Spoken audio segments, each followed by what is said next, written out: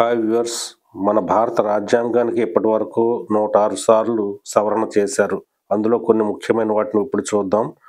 తొలి రాజ్యాంగ సవరణ ప్రాథమిక హక్కుపై కావడం గమనార్హం. వాక్ స్వాతంత్ర్యాన్ని కల్పించే హక్కుపై పరిమితులు విధించింది.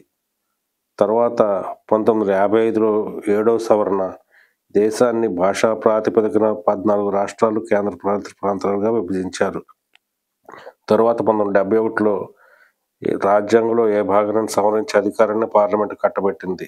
తరువాత 1976లో లౌకికం, సామ్యవాదం, సమగ్రత అనే పదాలను చేర్చారు. తరువాత 1978లో ఆస్తి హక్కును తొలగించారు.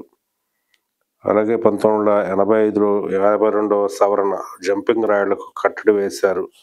పార్టీ ఫిరాయింపులకు కట్టడి వేశారు. అలాగే 1992లో స్థానిక స్వరాజ్యం, గ్రామ పంచాయతీలకు, పట్టణ స్థానిక సంస్థలకు రాజ్యాంగ పద్ధతిని కల్పించారు.